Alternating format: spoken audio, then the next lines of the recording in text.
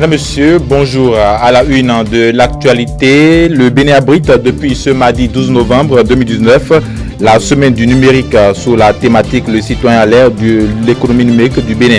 Le CNUM 2019 est une grande messe des acteurs de l'écosystème du numérique du Bénin. Le compte rendu de la cérémonie de lancement est à suivre dans ce 13h. Le gouvernement a décidé lors du Conseil des ministres de ce mercredi l'autorisation de signature de l'avenant numéro 4 à la convention minière du 20 mars 2019 signée entre le Bénin et la Société de la Nouvelle Cimenterie du Bénin, l'OCB. Qu'est-ce que cela comporte? Maître Alain Ounla nous en parle dans un instant. Et puis, la communauté internationale célèbre ce jour, 14 novembre 2019, la journée mondiale du diabète. Le thème retenu pour l'édition 2019 est la famille et le diabète, un thème identique à celui de l'édition 2018. Nous ferons un zoom sur ce mal dans ce journal. Voilà pour le sommet, mesdames et messieurs, restez avec nous. Le développement, c'est tout de suite.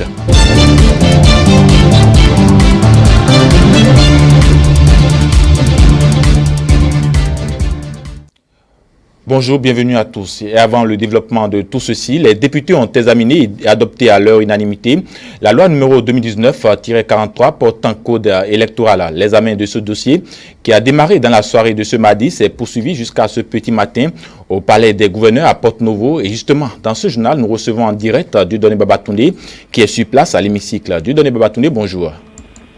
Bonjour, Émeric Kokoupeli. Bonjour, amis téléspectateurs de ETL. Alors, dites-nous, quelle est l'ambiance qui prévoit actuellement à l'hémicycle après le vote de ce nouveau code électoral?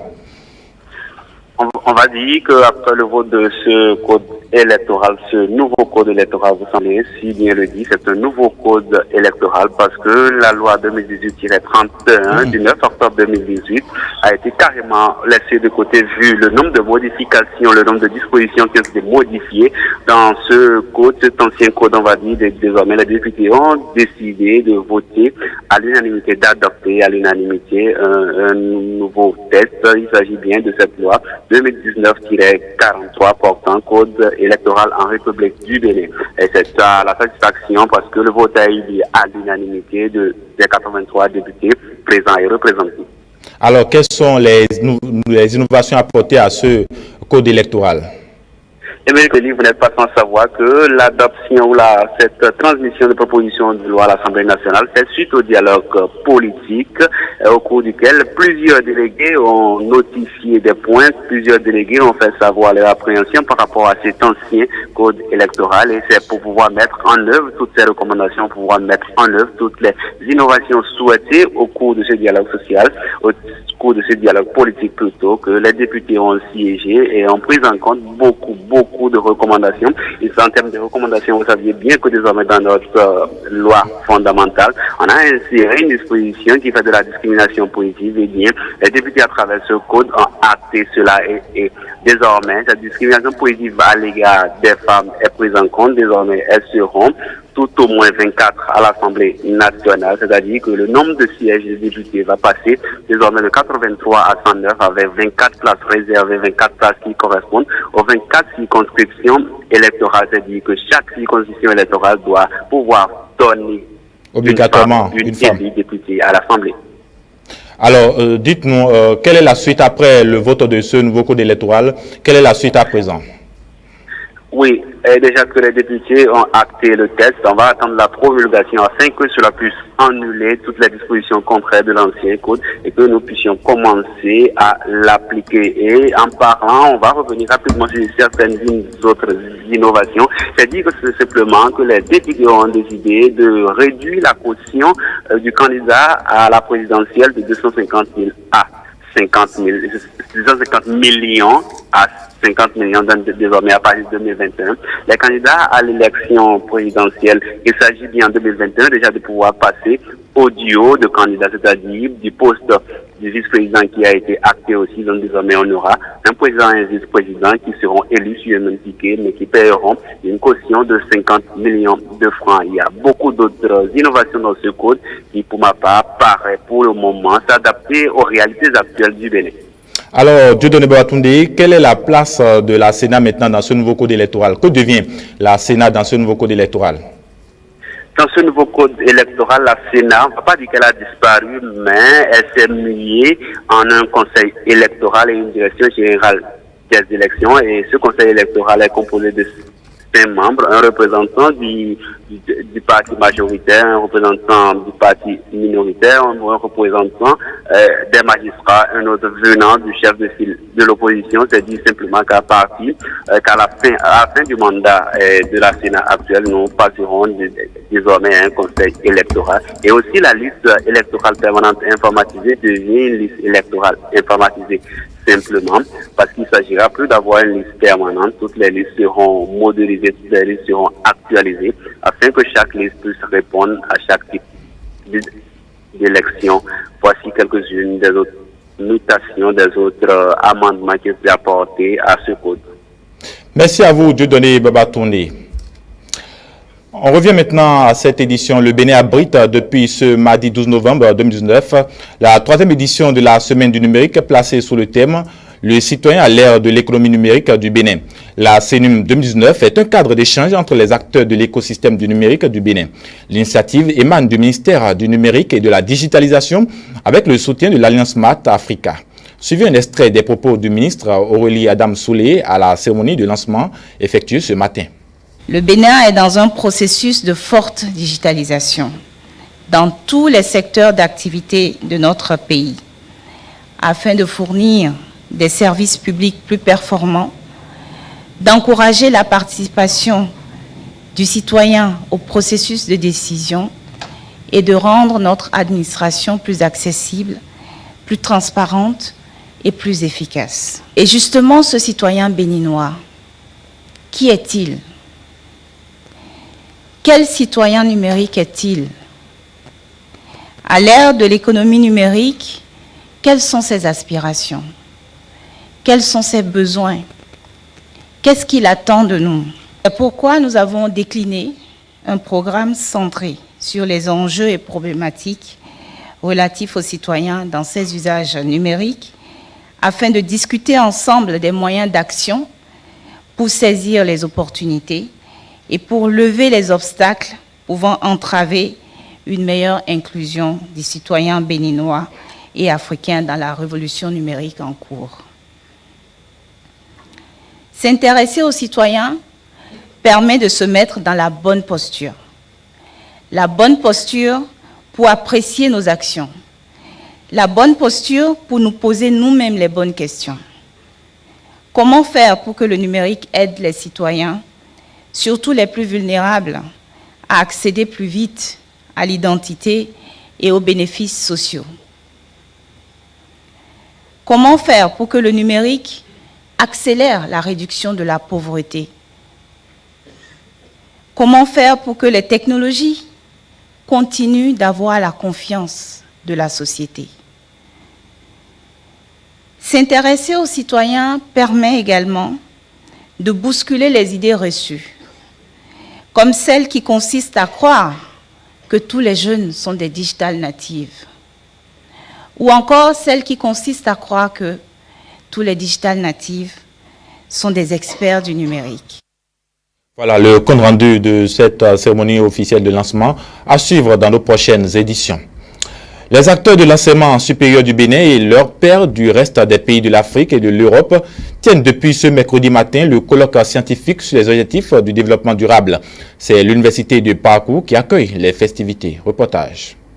Ils sont nombreux et viennent de divers horizons à prendre part à ce colloque scientifique sur les objectifs du développement durable. C'est autour du thème « Objectifs du développement durable et réduction de la pauvreté dans les pays subsahariens, défis et perspectives » que ces différents participants vont mûrir leurs réflexions afin d'aboutir à un résultat concret. Pendant 15 ans, Les OND ont été les leviers de la planification des actions de développement, aussi bien au niveau des États, au niveau des entités décentralisées, des organisations de la société civile, avec le soutien des partenaires techniques et financiers. Le bilan de 15 années de mise en œuvre a montré que les fruits n'étaient pas à la hauteur des fleurs. Toutefois, des leçons ont été apprises, des expériences vécues. De nouveaux défis ont été identifiés. En 2015, les objectifs du développement durable sont nés sur les cendres des objectifs du millénaire pour le développement. Selon les statistiques de 2015, il ressort que près d'1 milliard de personnes vivent dans l'extrême pauvreté. Ainsi, les objectifs de développement durable vont apporter des solutions idoines pour y remédier. Les objectifs de développement durable ont alors été définis comme une nouvelle série d'objectifs, de cibles et d'indicateurs universels sur lesquels les États membres de l'Organisation des Nations Unies devraient fonder leurs programmes et politiques en vue d'éradiquer la pauvreté, la faim, les inégalités, de s'attaquer aux questions de croissance inclusive, d'emploi décent, de changement climatique, de construire des infrastructures résilientes et de promouvoir des institutions inclusives, efficaces et transparentes d'ici l'horizon 2030. Je voudrais terminer sur ces mots d'exhortation en invitant les participants et les participants venus d'ici et d'ailleurs à se sentir comme chez eux et que la fête soit belle sous des perspectives nouvelles en vue de l'atteinte des ODD à l'horizon 2030 pour nos différents pays. Sur ces mots d'espoir, je déclare ouvert le présent colloque. Les résultats de l'examen national de licence pour le compte de cette année ont été proclamés le mardi 12 novembre 2019. Monsilia Mandou, étudiante à l'Institut supérieur des sciences de l'information et de la communication ISIC, s'en est sortie en récupérant la première place sur le plan national dans la filière journalisme. À cet effet, une équipe de la rédaction de E-Télé a recueilli ses impressions après la proclamation de ces résultats. On l'écoute au micro de Karina Denini et Semiata Yessoufou. Bon, l'examen de façon générale s'est bien déroulé. Les épreuves étaient abordables. Bon, j'ai même trouvé certains très faciles parce que ça me rappelait les premiers cours de la première année. Je trouve que c'est une belle initiative. Ça permet de voir le travail qui se fait au niveau des écoles privées parce que force est de constater que plusieurs personnes ne font pas confiance aux cours que nous suivons au niveau des écoles privées, se disent que les notes sont distribuées gratuitement, tout ça. Donc l'examen, au fait, c'est une occasion de montrer que si les écoles et les universités publiques font de leur mieux, les écoles privées aussi en font davantage. Bon, moi, je suis très contente parce que je me suis dit, waouh, tous mes efforts se sont couronnés de succès. Et je dirais même que les résultats sont venus de façon surprenante, je ne m'y attendais pas donc. Vraiment, ça m'a vraiment fait plaisir, je suis contente. Le fait d'avoir échoué une fois ne signifie pas qu'on ne connaît pas. Échouer, c'est de rester à la même place alors que ça n'a pas marché cette fois. Je leur dirais juste, cette année, ce n'était pas votre année de chance, mais l'année prochaine, qui sait, vous ferez encore mieux. Vous serez même peut-être les meilleurs, pourquoi pas. Donc, le problème, c'est de se donner du courage, d'évoluer et d'aller de l'avant. C'est une bonne école, nous avons des professeurs très compétents. Il faut noter que ce n'est pas des personnes qui viennent au hasard, c'est des personnes qui ont touché du doigt le métier de journalisme, des anciens journalistes, et que ce soit de la presse écrite, de la radio, de la télévision. Tous ceux qui sont venus là, c'était des personnes expérimentées qui, au lieu de nous apprendre uniquement les trucs sur papier, nous en disaient plus sur leurs expériences personnelles, ce qui nous permettait quand même de nous forger nous-mêmes. Parce qu'il ne suffit pas d'écrire un cours didactique, d'aller l'apprendre à la maison, de venir l'écrire sur papier, mais il faut quand même écouter les expériences des aînés, ça aide beaucoup. Il ne suffit pas d'avoir un diplôme, il faut aller en stage pour pouvoir apprendre des aînés. Après cela, bon, je compte aller faire un stage professionnel. Après mon stage professionnel, trouver un contrat, commencer à travailler tout en essayant de préparer le master. Plusieurs décisions ont été prises ce mercredi lors du Conseil des ministres. On peut citer entre autres l'opérationnalisation de la Caisse des dépôts et consignations du Bénin, mais également l'adoption des tests de l'Ordre national des pharmaciens du Bénin. Plus de précisions avec le ministre Alain Ounla, porte-parole du gouvernement. Au terme de l'article 1er de la loi numéro 2018-38 du 17 octobre 2018 qui l'institue, la Caisse des dépôts et consignations est un établissement public doté de la personnalité morale et de l'autonomie financière dont l'objectif est de mieux sécuriser l'épargne et de la mettre au service du développement économique et social de notre pays. À ce titre, elle a notamment pour mission de recevoir, conserver et gérer les dépôts et valeurs appartenant aux structures qui y sont tenues ou qui en font la demande, les consignations administratives et judiciaires ainsi que les cautionnements. Par ailleurs, elle pourra agir comme un investisseur de long terme dans les secteurs clés de l'économie et venir en appui aux activités du système bancaire classique. Le comité de pilotage a achevé son mandat et les conclusions ont été validées par un séminaire gouvernemental le 6 novembre 2019. Le démarrage effectif des activités de la Caisse constitue la prochaine étape à franchir. C'est dans cette perspective que le Conseil a adopté les décrets portant approbation de ces statuts, nomination des membres de la commission de surveillance ainsi que des commissaires aux comptes, afin de lui permettre de démarrer ses activités dans les meilleures conditions. Le Conseil a autorisé la mise en place d'une dotation initiale de 10 milliards de francs CFA. Ces fonds seront renforcés en temps utile par des apports en nature de l'État. Adoption des textes réglementant les activités et le régime électoral de l'Ordre national des pharmaciens du Bénin. La situation de crise qui a prévalu dans un passé récent à l'Ordre national des pharmaciens du Bénin a eu des répercussions négatives sur son fonctionnement. Pour y remédier, le gouvernement a mis en place un comité dont les travaux ont conduit à l'élaboration de 2 textes majeurs. Il s'agit du décret portant organisation et fonctionnement de l'Ordre national des pharmaciens du Bénin et du décret portant régime électoral du dit ordre. L'adoption de ces textes constitue une avancée notable dans la réforme du sous-secteur pharmaceutique au regard de son importance dans le système sanitaire en pleine restructuration dans notre pays. Aussi, les ministres chargés de la santé et de la législation sont-ils instruits à l'effet d'assurer leur mise en œuvre et de veiller au fonctionnement harmonieux des nouvelles instances qui en découleront. Le gouvernement a aussi décidé de l'autorisation de signature de l'avenant numéro 4 à la convention minière du 20 mars 2019 signée entre le Bénin et la Société de la Nouvelle Cimenterie du Bénin, OCB. On retrouve une fois encore Maître Alain Ounla pour de plus amples explications. L'examen de la dite convention a en effet révélé que certains avantages octroyés à la société sont soit excessifs, soit contraires à des dispositions légales, réglementaires, communautaires, voire internationales.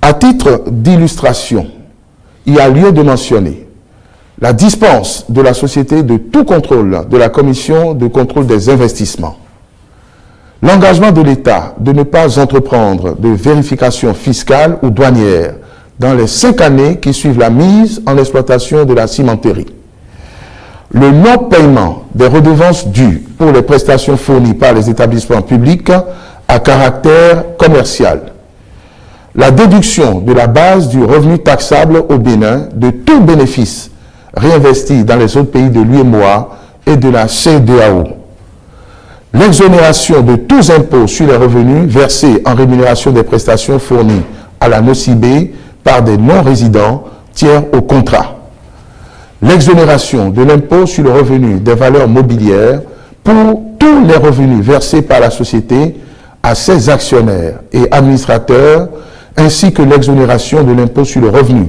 des créances pour les revenus versés par la société à ses prêteurs. L'exonération des prélèvements communautaires institués au profit de la CEDEAO et de l'UEMOA. Tous ces avantages précédemment concédés à cette société au motif du niveau d'investissement portent manifestement un grave préjudice aux finances publiques. C'est pourquoi la révision de certaines stipulations de la Convention minière s'est avérée nécessaire. Les négociations engagées à cette fin en décembre 2016 avec la NOCIBE, conformément à la Convention qui la lie à l'État béninois, ont abouti le 9 octobre 2019 à un accord pour la signature d'un avenant. Les nouvelles dispositions entrent en vigueur dès la signature de l'avenant. Quelques jours après la promulgation de la loi numéro 2019-40 portant révision de la loi numéro 90-32 du 11 décembre 1990 portant constitution du Bénin, l'organisation des femmes du bloc républicain ont animé un point de presse ce mercredi 13 novembre 2019. Réunies au siège du parti, elles ont rappelé les grandes lignes des quelques tests retouchés et ont témoigné leur reconnaissance aux députés de la 8e législature pour leur rapport. Suivez le reportage de Antonia Dossa et Silas Zoin pour plus de détails. Nous, membres du bloc républicain, soutenons et saluons les modifications apportées à la loi fondamentale de notre pays. C'est sur ces mots que les femmes militantes, travailleuses du bloc républicain ont réaffirmé leur engagement à soutenir la loi fondamentale du 11 décembre 1990 portant constitution de la République du Bénin. Les femmes du bloc républicain, par la voix du porte-parole, ont exposé quelques grandes lignes de la loi fondamentale retouchée et promulguée. Le Bénin post-révision de la Constitution du 11 décembre 1990, c'est bien ce pays qui fait désormais place à une opposition officiellement reconnue et prête à jouer le rôle de contre-pouvoir du pouvoir exécutif avec tous les avantages y afférents. Avec cette révision osée, le mandat des députés est désormais limité à 3, ce qui ôte ainsi à nos acteurs politiques toute ambition d'éternité parlementaire. En acceptant de tourner la page des élections parcellaires et souvent coûteuses pour un pays aux ressources financières limitées, les députés de la législature actuelle donnent la preuve de leur plein attachement à la réalisation des programmes et projets de développement. Conscientes de ce que la politique est l'adaptation au contexte, elles ont exprimé leur profond remerciement aux députés de la 8e législature pour avoir œuvré et relevé des défis, celui de retoucher la Constitution dans l'intérêt de tous. Nous devons une fière chandelle aux honorables députés de la 8e législature qui, avec clairvoyance et pleine conscience, ont su inscrire leur mandat en lettres d'or dans le registre de notre histoire en apportant à notre loi fondamentale les éléments nouveaux. Dans les prochains jours, des actions d'appropriation et de vulgarisation de la nouvelle loi fondamentale seront menées au profit des populations à l'intérieur du pays. Voilà, et l'une des innovations contenues dans la version révisée de la Constitution béninoise votée et promulguée est la discrimination positive à l'égard de la gente féminine. Une disposition qui permettra plus de représentativité des femmes dans les instances de décision et surtout sur l'échiquier politique. Quelques femmes membres du bloc républicain approuvent cette nouvelle. Suivons-les dans ce test réalisé par Elia Diran. Nous sommes heureuses en tant que femmes républicaines et nous saisissons cette opportunité pour dire merci à nos chers députés pour le courage qu'ils ont eu malgré tout ce qu'il y a eu comme tumulte tout autour et les points essentiels qui ont été touchés. La discrimination positive en faveur des femmes et ce n'est que justice rendue à la femme par rapport à cette discrimination positive. Et donc nous, femmes républicaines, nous disons désormais nous étions déjà préparés d'ailleurs et nous, plus que jamais, nous disons nous sommes prêts et nous remercions le chef d'État pour avoir promulgué cette loi parce qu'une chose est de la voter et une chose est qu'on la promulgue. Donc nous remercions le chef d'État pour ce courage qu'il nous donne à nous autres femmes et que désormais nous allons démontrer que femmes, nous sommes effectivement capables de faire ce que font les hommes. En tant que femme, en tant que citoyenne, en tant que mère de fille, je ne peux que saluer cette modification de la Constitution qui permet dorénavant à nos députés de mettre en place des mesures de discrimination positive pour permettre aux femmes de représenter davantage le peuple. Parce que c'est la représentation du peuple par les femmes qui a été consacrée par le biais de mesures de discrimination. C'est une mesure qui pousse, qui crée les conditions pour inciter les femmes à s'impliquer davantage dans la vie politique. À travers cette révision-là, nous aurons beaucoup plus de femmes à l'Assemblée et tout ce que les gens nous reprochaient au Bénin, c'est-à-dire qu'il n'y a pas de femmes, ça va être tout à fait naturellement corrigé. Cela m'amène à dire quoi? Cela m'amène à dire que nos frères, nos sœurs, à la base, il faudrait qu'elles s'approprient ce cadeau-là pour que les femmes à la base ne se disent plus nous n'avons pas les moyens, nous ne pouvons pas aller en politique. Il faudrait que lorsqu'on vous donne quelque chose, vous la saisissez rapidement. Donc j'invite toutes les femmes à la base pour qu'elles puissent vraiment s'impliquer dans l'affaire politique. Je nous exhorte vraiment à prendre le bal au bon pour que cette nouvelle modification, cette discrimination positive puisse avoir tout son sens. La communauté internationale célèbre ce jour, 14 novembre 2019, la journée mondiale du diabète. Le thème retenu pour l'édition 2019 est la famille et le diabète, un thème identique à celui de l'édition de 2018. Votre rédaction se propose de faire un zoom sur ce mal qui prend de plus en plus de l'ampleur au Bénin et dans le monde. Reportage Stélia Padonou et Semiata Yessoufou. Troubles de l'assimilation, de l'utilisation et du stockage des sucres apportés par l'alimentation, le diabète se traduit par un taux de glucose élevé dans le sang. Ce mal gagne du terrain, le nombre élevé de personnes diabétiques dans le monde et au Bénin interpelle plus d'un. Le diabète représente le plus grand défi de santé du XXIe siècle. Sa prévalence dans le monde est estimée en 2015 à 8,7%. Elle passera à 10,1% en 2035 si rien n'est fait. Les principales études menées sur le diabète sucré au Bénin proviennent du docteur François Drolo, professeur d'endocrinologie et diabète. Cette différence d'études montre que la prévalence du diabète sucré est passée au Bénin de 1,8% en 2001 à 2,6% en 2010 et à 6,5% en 2015. Le poids de l'hérédité diffère selon qu'il s'agit du diabète de type 1 ou du diabète de type 2. Le surpoids, l'obésité et le manque d'activité physique sont la cause révélatrice du diabète de type 2 chez les personnes génétiquement prédisposées. Le diabète du type 1 survient généralement chez les enfants. Chez le sujet jeune, est une maladie auto-immune parce qu'elle se manifeste par la production des anticorps contre les cellules qui produisent l'insuline. Ça, c'est génétique. Et cela fait que l'enfant manque complètement d'insuline. Donc le type 1 ne se traite qu'avec l'insuline.